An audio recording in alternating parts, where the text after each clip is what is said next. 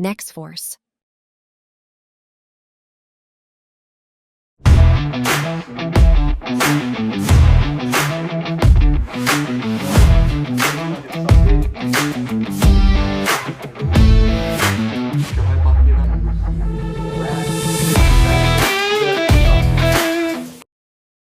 Ladies and gentlemen, welcome. I'm Fernando Vitti, founder and CEO of Nexforce, and today we're going to help you to navigate to Brazilian complexity. I know many of you are in foreign countries and you have operations and you have direct selling in Brazil or through resellers, and usually you have some questions. Why so many taxes? What taxes really does the customer need to pay?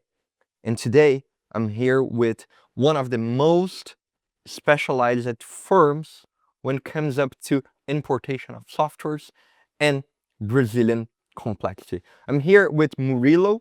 He's the partner of Bicharra Advogados, and they're going to help you guys understand what really is about to sell in Brazil, and especially with the tax reform, what you guys can expect in order to navigate and be successful here. Murilo, welcome. Glad to have you here, and please introduce yourself. Thank you very much, Vitti. I'm very excited to be here. Greetings. My name is Murilo Alevato.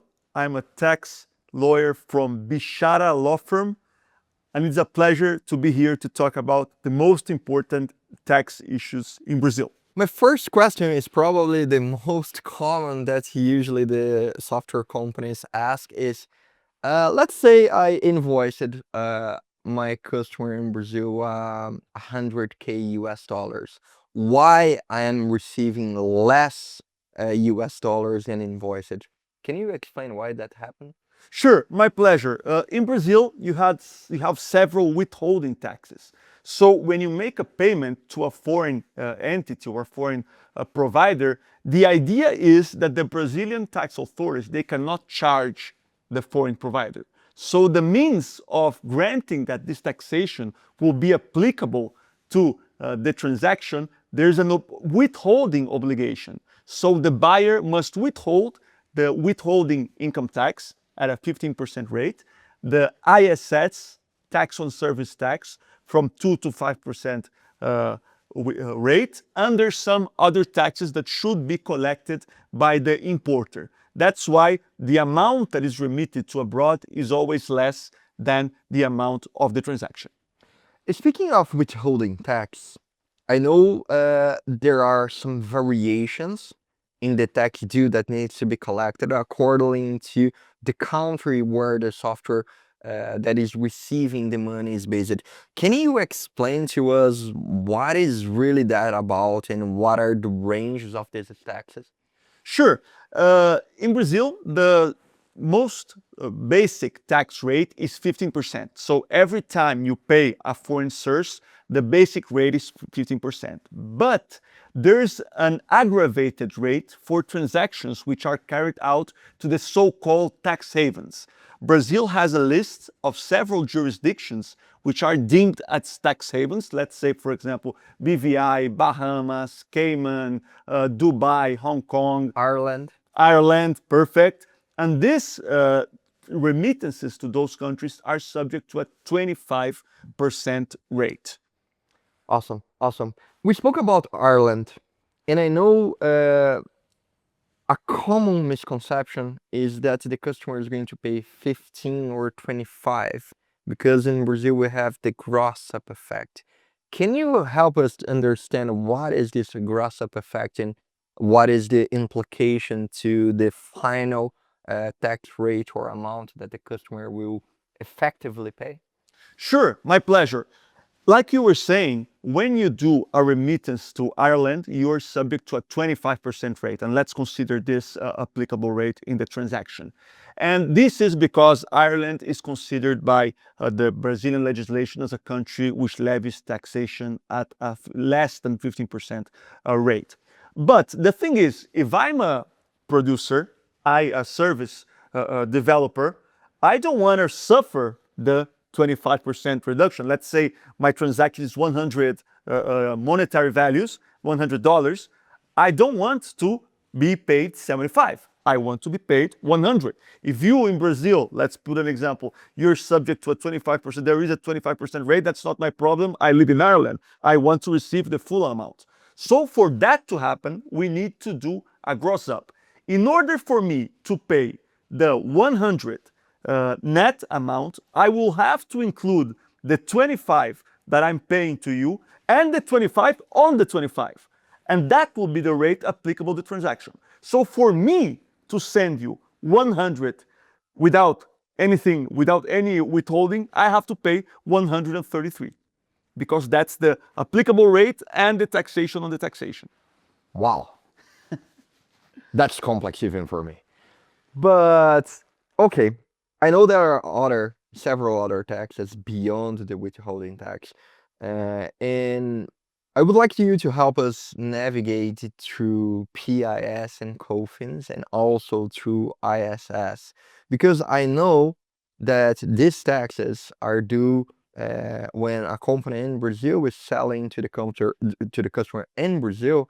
So why, when the customer is importing that directly from a foreign software, these taxes need to be collected? Can you help us to understand that? Okay, sure. Let me just start with a brief introduction of the Brazilian tax system, which you already know, may already know right now. It's very complex. The Brazilian tax system is based on a tax federalism, which means that all the federative units, they have powers to create and collect taxes. You have federal taxes, you have state taxes, and you have municipal taxes, which are applicable also in the import of software. So when you import a software, first thing is the corporate income tax, which is withheld at a 15 and 25% rate. Besides that, you have the federal VAT, which is the PIS and COFINS, which is levied at a 9.25 rate. You have the tax on services, which is the municipal VAT, which is levied at a 2% to 5% rate. And you have also the tax on exchange transaction, which is levied at a 3.5% rate. Wow. So let me see if I get this right. ISS specifically is going to change accordingly to each cities of Brazil? That is correct. Due to the tax federative system, you have 5,000, more than 5,000 municipalities, which means that each of the 5,000 municipalities have their own tax rules, which have their own tax rates. So yes, you would have to look at the applicable rate for each municipality, which, let me just clarify, that can only vary from 2% to 5%. But within this range, they are free to charge. Okay, got it. And I know there's a broader discussion about other tax, which is the CIDE. And I would like to understand, what is this tax? Why is it due? And why so many customers started to complain that my software in Brazil became more expensive due to this tax? Okay, perfect. The notion of the CIDE is not so simple. The Brazilian legislator, they believe that we need to incentivize the technology sector of Brazil. So in order to incentivize all remittances of matters, payments related to technology, they will pay a 10% contribution for the development of the Brazilian system. Now, the idea that if you're buying from abroad, then you should pay this contribution to incentivize Brazil, so one day you won't need to pay from abroad. Due to that, this social contribution is levied on transfers of softwares. In the past, it was understood that you should not levy the CIDE because the source code was not being transferred. But today, the understanding is that no matter, this was a very recent Supreme Court ruling, that no matter the transfer of the source code or not, regardless of it, you would have to pay the CIDE. So, bringing the long story short, a recent Supreme Court judgment, which is binding to all the taxpayers here, the CIDE became taxable on remittances of software. Okay, so let me see if I got this right. We have withholding tax, we have CIDE, we have PIS, we have COFINS, we have ISS. Is there anything else missing here? I think that probably the tax on the withholding exchange, the tax on the exchange transaction, that is 3.5%. But basically, that's it. And we're talking about a tax rate, aggregated tax rate that can go to 45% without gross up, right? Okay, so we have also to pay taxes on remittance to foreign exchange, correct? Correct, correct. Regardless if I'm paying through invoicing or it's a money transfer or it's credit card. Yes, it's very good that you mentioned that. The foreign exchange transaction was a tax created a long time ago, along the 80s. That was the idea was to control foreign exchange through taxation. So if you have too much dollars being purchased through taxation, you will be disincentivized or incentivized. So it was a mechanism in order to intervene in the Brazilian economy. Of course, that with time, this became a method to increase tax revenues, right? But the thing is that every exchange transaction is subject to this tax. When you are making payments to abroad, the tax rate is higher, 3.55%. When you're bringing money from abroad, it's 1.1, which is a little bit lower. There are some tax transactions which are free from this, for example, foreign loans, depending on the term date, maturity date, but most of the cases you will deal with this exchange transaction. So just to make it clear, every single payment to a foreign software is 3.5, or is there a way to be lower? No, it's 3.5. Okay. And one thing that is important to mention, we had a change in IOF last year. When you were paying invoices, it was 0.38, and in the credit card, if I'm not mistaken, it was 3.38, and it was supposed to go lower. And there was a change that is standardized this to the 3.5 rate. That is the the standard that we're operating right now. Is that correct? Yes, yes, that is correct. That was even a surprise for us all because due to the effects that this taxation has on free flow of cash, there was an idea to extinguish this tax in 2029. And the rates were going lower, and the idea was to gradually eliminate it. But there was a change in policy in the second semester of last year, and they decided that this taxation should come for good and stay for good. So the tax rates were standardized, and in some cases it was increased, as in the import remittances for the acquisition of softwares. So this helps you to understand why many customers are putting pressure on reducing the cost, because last year we had the CIDE judgment and we have the IOF increase. So out of the blue, the companies started facing almost 15% increase rate in the taxes that they pay. And of course, in a cascade effect, the cost that you guys have in the financial structure and budget planning of the local companies. And this brings me to my next question. Okay, Brazil is too complex. It's not easy to understand, especially to a foreign company that is selling here or even has operations but not local billing. Let's say we are considering to Brazil is strategic to us as I'm putting myself in the shoes of a foreign company. Let's say Brazil is strategic to us, and I'm considering to open a Brazilian branch. What taxes would I need to pay in terms of revenue, in terms of profits, and even in terms of bringing the money back to my headquarters in my country where my company is based? Okay, got it. If you're a foreign company which intends to invest in Brazil, first thing you need to know is your tax structure. So you would need to establish an entity here in Brazil. That is very simple to do so. Normally, in up to three weeks, you can establish an entity. You would need to name a representative and all this compliance fulfillment. After that, you would you would need to check your system. First thing in Brazil is that you have the corporate taxation.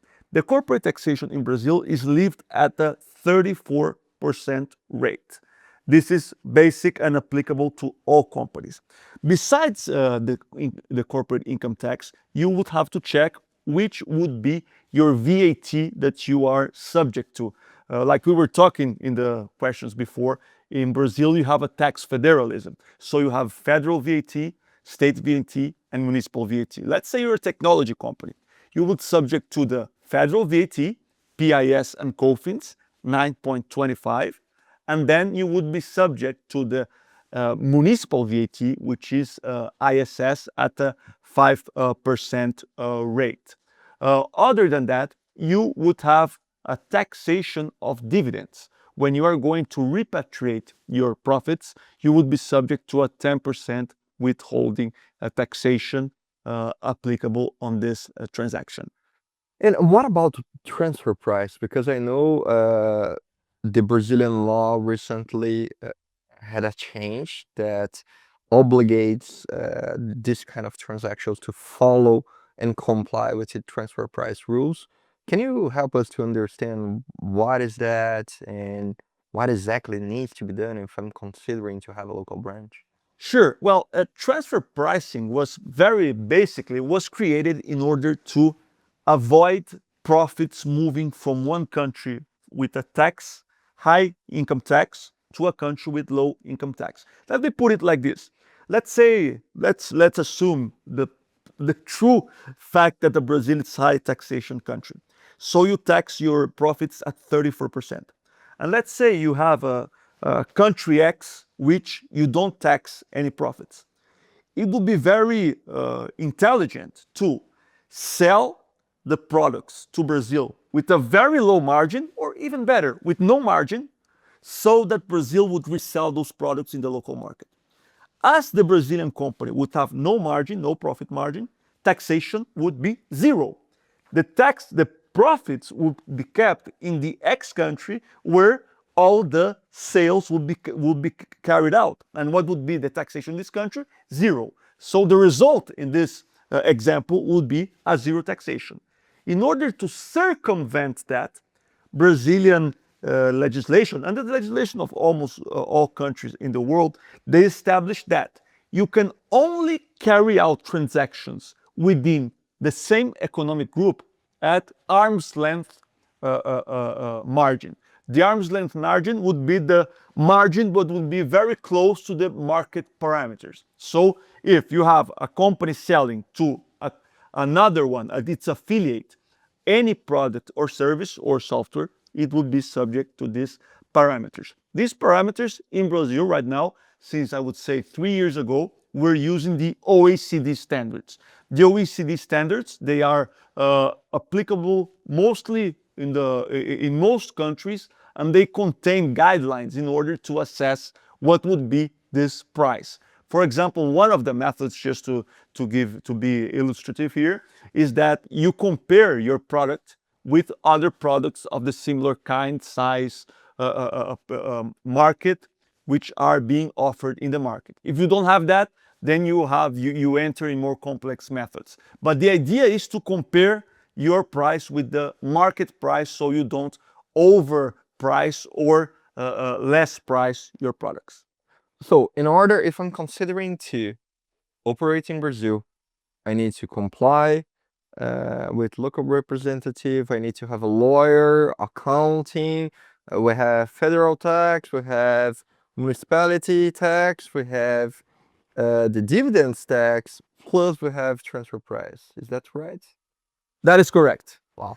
And we have to probably pay IOF when I'm sending the dividends abroad, correct? For dividends, it's good that you mentioned also there's an exception. Oh, awesome. Only for dividends. Awesome. Zero? Zero. That's good news.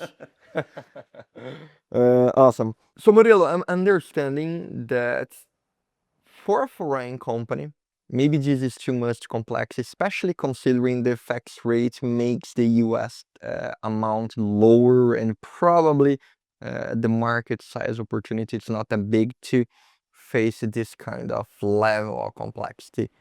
That creates usually an approach that is super common and which is operating locally to distributors and resellers. Can you help us understand what is the difference when it comes up to these players? What taxes do they need to pay, and what kind of level of complexity they are obligated to? Correct, sure. Well, when you're dealing with distribution, you have a very interesting topic to talk about here because the Brazilian tax system, it's kind of binary. You have taxation on products, goods, which are state tax, and you have taxation on services, which is municipal tax. And you have a limbo, which are the activities which are not in any of these two categories. Just let me clarify, softwares, for example, in the past years, they are considered right now as services. That's why they're subject to the service tax. But the distribution license for distribution, the distribution activity, it's not a good, a product, and it's not a service. So it should not be subject to any of the VAT. So when you are commercializing distribution licenses, you would be subject only to the corporate income taxation, but not to these two taxes on imports. So it is a very interesting topic to talk about, which brings certain simplification. Okay. And when it comes up to the Nexforce model, what are the advantages that you see, legally speaking, when you compare with a standard distribution or even with selling directly to the customer? Yeah, well, that's really has to do with the business that is practices here, which is the software distribution. Because what Nextforce does is imports the license to distribution and distribute them in the internal market. So when you do this import, you would be subject to the corporate withholding income tax, and you would be subject to the uh, uh, tax on foreign exchange transactions, which means that you are not subject to the PIS and COFINS we were talking about at 9.25 rate.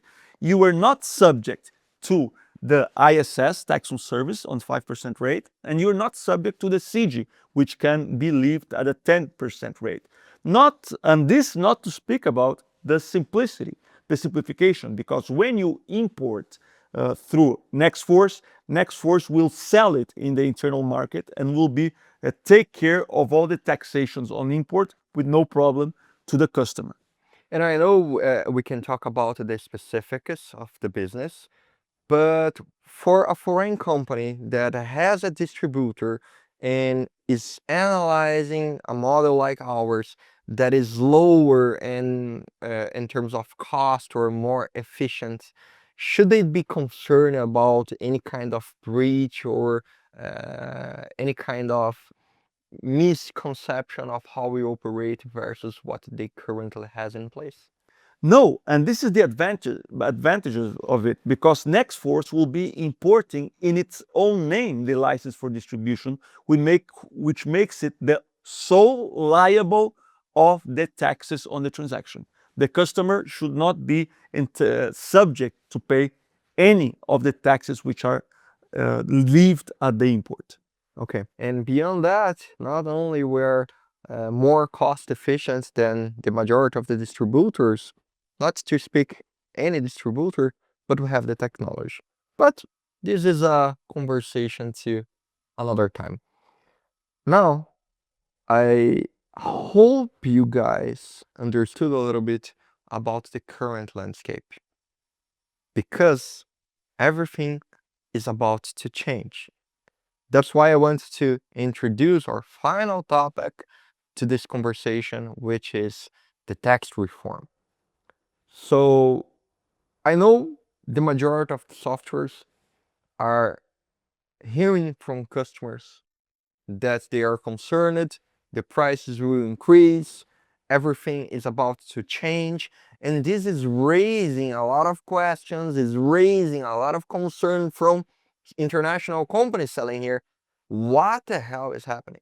So can you help us to understand a little bit what is this tax reform about and what is going to effectively happen? I would be very glad to do that, because there's nothing worse than saying that the Brazilian tax system is very complex and not having any solution. So it's good to have a solution. And the solution is the tax reform. I really believe in the tax reform to bring a lot of simplification to our system. What is the idea of the tax reform? The idea of the tax reform is based on the knowledge that our tax federalism, as it is written, is very wrong. Like I said, in the Brazilian system, you have federal, municipal, and state tax, the powers to tax, right? But we have more than 5,000 municipalities. So it's very hard to walk around 5,000 legislations. And the tax reform, it intends to circumvent that by creating only two taxes, consolidating all the state and municipal and federal VAT in two taxes, which will have the same rules. The only difference, one is federal and the other state, but they would have the same rules. And these taxes, they will be charged on all VAT transactions, and they would be standardized. So you would eliminate the complexity of so many different taxes and rules in only two taxes which will have the same rules. So you're saying that basically this new dual VAT system will replace a few of the current taxes. Is that correct? Yes, it will more specifically replace the VAT. Withholding taxation, corporate taxation would remain the same, but the VAT would be only one rule that would be harmonized. Okay, so what you need to understand here is this new VAT, which is in Brazil is called IBS and CBS, is going to replace PIS, COFINS, and ISS. All the other taxes remain the same. This is the first thing that will change. That Murilo just explained it, that will simplify the general system that we got. Now I would like to understand what is going to happen with price, because everyone is complaining to the softwares and the international companies that price will increase. Can you help us understand what is actually going to happen? What is going to be the tax rate? What is going to change regarding pricing? So, Vici, the first thing about this new tax reform is that we still don't know what will be the applicable rate. We would only know that starting from 2027. Right now, the federal authorities, they said that in order to maintain the tax collection, the current tax collection, you would need a 28% VAT rate. The nominal value, it's higher than the applicable taxes today. But this tax comes with a complete non-cumulative system, which means that the companies would be able to credit from all their acquisitions that they make in the internal and external market. Please kindly note that today it's not like that. You have several restrictions in order to be able to enjoy the credits. So the companies, they won't have taxes over taxes over taxes. Every tax that is paid by the company in its own activity, it will be able to use the tax collected in all its acquisitions to offset the amount that will be collected. So we believe that with this, the economic impact shall be better for the companies.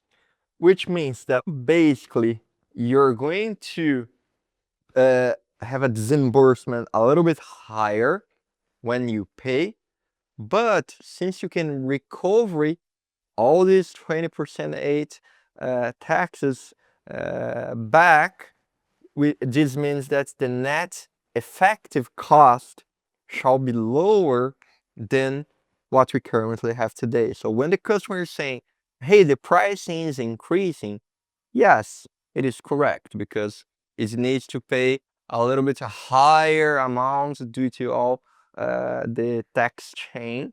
but the net cost, even despite the fact that the price shall increase, the net cost shall reduce. Okay? And this moves to my next question. Can you help to explain the difference? Because you mentioned that today it's not like this. Not all softwares are creditable, and this is about to change. Can you explain a little bit more how it is today and what are the benefits that we're going to see and for who are these benefits available? Sure, Vici, I'll do my best. Well, today the credit system is in the sense that you can only use the expenses which are deemed as essential. So if you're a company, you need to analyze if you would remove this expense, if you would be able to carry on your activities. I like always to think about the example of a car manufacturer. So let's say you're manufacturing cars and then you have the expense in purchasing a wheel. If you remove the wheel from your costs, can you produce a car? The answer is obviously no. Then this wheel is an essential expense. But then would the computer of your lawyer be necessary to produce the car? I would love to say yes, but the answer is no, of course not. Then this is not essential for your activity. So you could at this time conclude that most of the administrative and ancillary expenses, they're not able to trigger credits. And there's huge discussion about what is essential and what is not, because always, as always, you have gray areas. Well, with this new VAT, any acquisition you make, could be relevant or not, it will be subject to credit. So when you have your pricing, when you're forming your price, you would be able to use all the taxes which was paid in the past in order to offset from your current acquisition, from your current sales. So we believe that this will bring, first, much more simplicity, because you won't need to discuss what's essential or it's not. You could just add these expenses. And second, it will reduce the overall rate, because let's consider today the car manufacturer, when it sells its vehicles, of course, it's including the tax on the computer of its lawyer on this price. So you have taxes, and this is used in the price would be subject to new prices. So taxes. So you would have taxes over taxes, and this is something that we believe that the new taxation system will eliminate. Awesome. This seems to be good news, but I know there is a transition period. Can you help us explain uh, how it's going to look like, when we can expect the tax reform to be completed, and especially what's going to happen in between? Of course, well, that's the complicated detail, right? Like I like to say that the tax system will be much more simple as from 2033, because we will have a transition period from it started this year, but with no relevant effect until 2033, where we will be living with the two taxation systems. Let me just walk around this a little bit. This year, the companies, they need only to issue their new invoices related to pursuant to the new rules, but they don't need to collect any taxation. So they will only need to comply with the ancillary obligations. As from 2027, you will have the replacement of the PIS and COFINS with the CBS, that's a new tax under the new system. And in 2029, you would have the gradual reduction of the state and municipal taxation with the new IBS tax. So what I want to say with this is that from 2027 and to 2032, we will have the old system in place and the new system in place. So we might have some complexity because people will need to be able to cover the both taxes. Awesome. Awesome. Guys, that's all for today. I hope you to understand a little bit more about the Brazilian landscape. And of course, if you want to grow in Brazil and Latin America without needing to be worried about everything we just spoke here and discussed, you can rely on Nexforce to be your partner to help you grow, sell, and charge locally without all the complexity. And of course, I could not forgot to Thanks, Murilo, to be here. And if you need a local lawyer to help you navigate and understand a little bit more, you can always rely on Bicharra Law. My name is Fernando Vitti, and if you want to know more about myself or Nexforce, you can reach me out over LinkedIn, Fernando Vitti, or you can go to our website, nexforce.ai. Murilo, I would like you to give your final words to our audience and also explain where people can reach you out and, of course, Bicharra. Thank you very much, Vitti. On behalf of Bicharra Law Firm, we would also like to thank for the opportunity of being here. It was an honor to speak with Nexforce and you, market leader in the segment, and to say if you would like to know more about the Brazilian legislative system, please reach us in our website, bicharralaw.com.br. Thank you very much. Guys, thank you so much and see you next time. Nexforce.